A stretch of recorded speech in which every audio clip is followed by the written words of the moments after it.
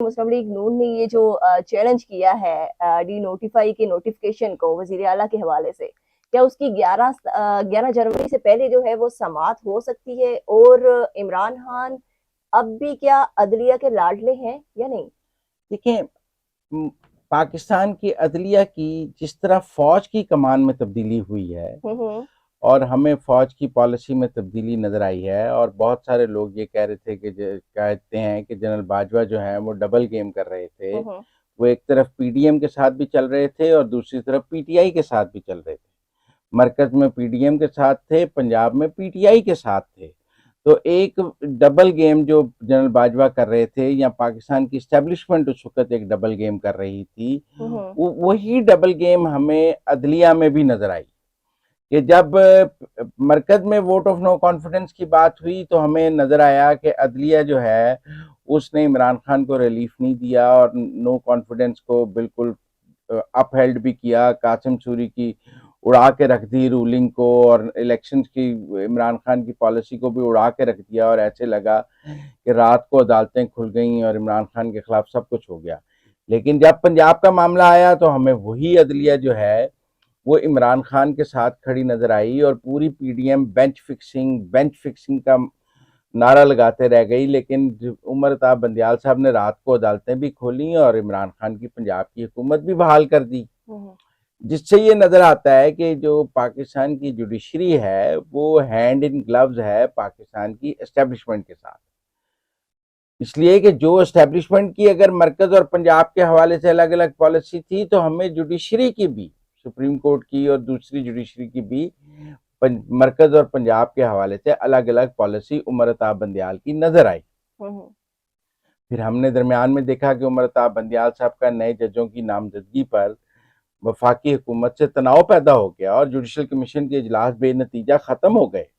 आजम नज़ीर तारड़ साहब का इस्तीफा हो गया, और फिर हमने देखा जनरल बाजवा की इंटरवेंशन पे बंदियाल साहब की मर्जी के जज सुप्रीम कोर्ट में लग गए, और आजम नज़ीर तारड़ साहब भी जब तक बाजवा साहब रहे उन्हें इस्तीफा देना पड़ गया बंदियाल साहब की और एस्टेब्लिशमेंट की नाराजगी की वजह से। खैर, तारड़ साहब वापस आ गए हैं, लेकिन बंदियाल साहब अपनी मर्जी के जज तो लगाने में कामयाब हो गए। लेकिन अब हमें उमर अताब बंदियाल साहब की पॉलिसी में भी तब्दीली नजर आ रही यानी है। आप देख रहे हैं कि जो 3 दिन रह गए हैं 2022 में, 2023 में हमें अदलिया की पॉलिसी भी जो है वो तब्दील होती हुई वो नजर आ रही है। बिल्कुल अदलिया की पॉलिसी एस्टेब्लिशमेंट के साथ चलती है। ये पीसीओ के तहत भी हलफ उठाते हैं, ये आमरों को आइन में तरमीम का हक भी देते हैं, ये मार्शल लॉ को जस्टिफाई भी करते हैं। और हमने नहीं देखा कि पाकिस्तान की एस्टेब्लिशमेंट और पाकिस्तान की जुडिशरी जो है ये ज़्यादा देर एक दूसरे से अलग रह सके। इसलिए मुझे ये लगता है ये कि पाकिस्तान की जो अब जुडिशरी है वो नई इस्टेब्लिशमेंट की पॉलिसी के तहत ही चलेगी, और नई इस्टेब्लिशमेंट की जो पॉलिसी है वो हमें ऑडियो लीक्स में नजर आ रही है। मसलन मैं आपको सुप्रीम कोर्ट का एक फैसला आज का बताता हूँ, हम्म। जिसमें इमरान खान, जो शहबाज शरीफ ने इमरान खान पर डेफेमेशन केस किया हुआ है, उसमें इमरान खान का right of defence trial court ने ख़त्म किया। वो हाई कोर्ट ने ट्रायल कोर्ट का फैसला बरकरार रखा, और सुप्रीम कोर्ट ने भी आज इमरान खान की अपील मुस्तरद कर दी है। मज़े की बात यह थी कि इमरान खान की अपील के लिए जो इस बार बेंच बना वो मंसूर अली शाह साहब वाला था, उसमें इजाजुल एहसन साहब नहीं थे। हम्म। अगर एक मुम्मी राय है कि अगर इजाजुल एहसन साहब होते तो शायद इमरान खान साहब को रिलीफ मिल जाता, और अगर इमरान खान के मुकदमात के बेंच से इजाजुल एहसन साहब नहीं होंगे तो हमें पॉलिसी बदली नजर आएगी। और अगर बेंचेस का जो क़याम है वो, जो पीडीएम का या वफाकी हुकूमत बेंच फिक्सिंग के जो इल्ज़ाम लगाती थी, अगर वो उस बेंच से हुकूमत की जान छूट जाती है कि हम्म। अगर 50 नून लीग के केस आए हैं तो वो 50 के 50 एक मखसूस बेंच के पास पीछे लगे हैं। तो अगर आप वो बेंच नहीं रहता है, जैसे कि अब ये शहबाज शरीफ वाले और इमरान खान के केस में उस बेंच के पास केस नहीं गया है, तो इससे ये लगेगा कि अदलिया के अंदर पॉलिसी में तब्दीली आ रही है। तो मुझे ये लगता है कि जो अदलिया का सॉफ्टवेयर है, बहुत सारे लोग कह रहे हैं कि जैसे और बहुत से सॉफ्टवेयर अपडेट हुए हैं वैसे सुप्रीम जुडिशरी का सॉफ्टवेयर भी अपडेट हो गया है। यानी आप कह रहे हैं कि लाहौर हाई कोर्ट और सुप्रीम कोर्ट की पॉलिसी जो है वो एक प्लेटफॉर्म पे आ रही है, और ये इमरान खान लाहौर के हाई हवाले। कोर्ट की तो मैं अभी बात नहीं कर रहा, मैं सुप्रीम कोर्ट की बात कर रहा हूँ। सुप्रीम कोर्ट की हमें बात करें। इस्लामाबाद हाई कोर्ट की पॉलिसी भी बदले, देखिए ना, एक इस्लामाबाद हाई कोर्ट था अतर मिनल्ला साहब के दौर में, हम्म या हमें वो नजर आता था कि वो तो इमरान खान साहब के घर जाके बेल ऑर्डर दे आए, हम्म संडे को खोल लें, और अतर मिनल्ला साहब का बस नहीं चलता था कि वो बेल ऑर्डर जो है वो बनी गाला ही पहुंचा देते ना। हम्म। तो हर तरह का रिलीफ पीटीआई को नजर आ रहा था, जो भी गवर्नमेंट करती थी इस्लामाबाद हाईकोर्ट उसके आगे ब्लॉकेड लगा देती। लेकिन अब आज वहां अतर मिनल्ला साहब के जाने से आप देखें कि पीटीआई जो है वो नए इस्लामाबाद के चीफ जस्टिस के खिलाफ खत लिख रही है, क्योंकि उन्हें वो रिलीफ नहीं मिल रहा।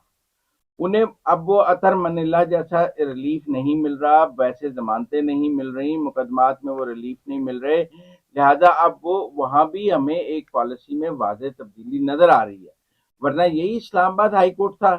इमरान हम्म खान साहब के कंटेम्प्ट के केस में अतर मनीला साहब ने तो उनको 3 मौके दे दिए कि आप अल्लाह के वास्ते माफी मांग लें। किसी तरह लोग कहते थे कहाँ दानियाल को और दूसरों को दूसरा मौका नहीं दिया गया था, यहाँ 3-3 मौके दिए गए। हम्म। तो एक तासुर कायम हुआ कि इमरान खान पाकिस्तान की अदलिया के लाडले हैं।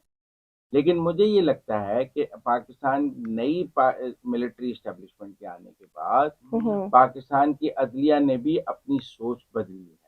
पाकिस्तान की अदलिया हमेशा मिलिट्री इस्टेब्लिशमेंट के साथ कदम बना के कदम चलती है, और उन्होंने भी अपनी सोच बदली है, जो हमें अगले चंद दिनों में मजीद वाज़े तौर पर नजर आएगी। अदलिया की पॉलिसी जो है वो तब्दील हो रही है 2023 के आते ही।